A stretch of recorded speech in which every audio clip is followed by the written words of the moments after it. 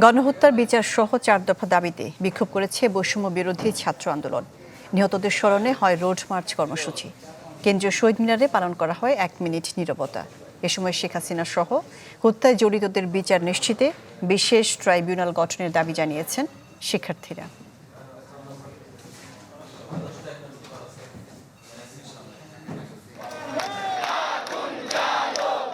4 দফা দাবি ছাত্র জনতার।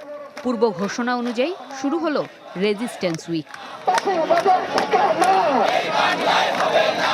বেলা গড়াতেই স্লোগান মুখর হয়ে ওঠে ঢাকা বিশ্ববিদ্যালয় এলাকা। স্বৈরাচারের পতন এবং মুক্তির আলোয় উদ্ভাসিত সাধারণ মানুষ আওয়াজ তোলেন বিচারের।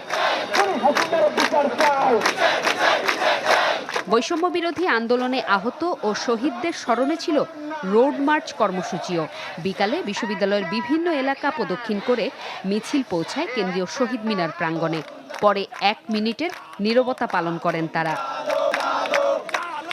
ফ্যাসিবাদী কাঠামো ব্যবহার করে নারকীয় হত্যাকাণ্ডের জন্য শেখ হাসিনা সহ জড়িতদের বিচার নিশ্চিতে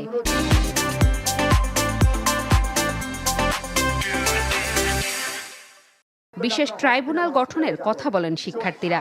সংখ্যালঘুদের ন্যায্য দাবি আদায় এবং প্রশাসন ও বিচার বিভাগে দ্রুত সুযোগের সমতা নিশ্চিতের দাবিও জানান তারা।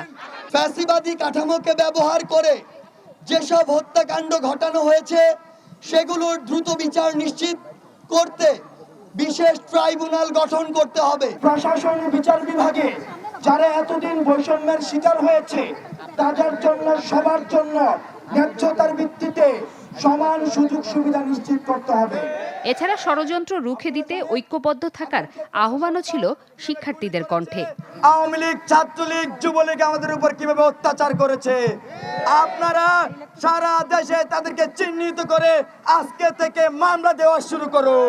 ছাত্র জনতার পক্ষ থেকে হুঁশিয়ার করে দিতে চাই, কোন ফ্যাসিবাদী তেলাপোকা যদি ওড়ার সাহস করে জুতা পেটা করে তাদেরকে আমরা রাজপথ থেকে হটিয়ে দেব। সারা দেশে হতাহতের তথ্য সংগ্রহের জন্য সবার সহযোগিতা চায় বৈষম্য বিরোধী ছাত্র আন্দোলন। ছাত্র জনতা সকলের কাছে আহ্বান। জুমাতুল বিদা, চ্যানেল 24, ঢাকা।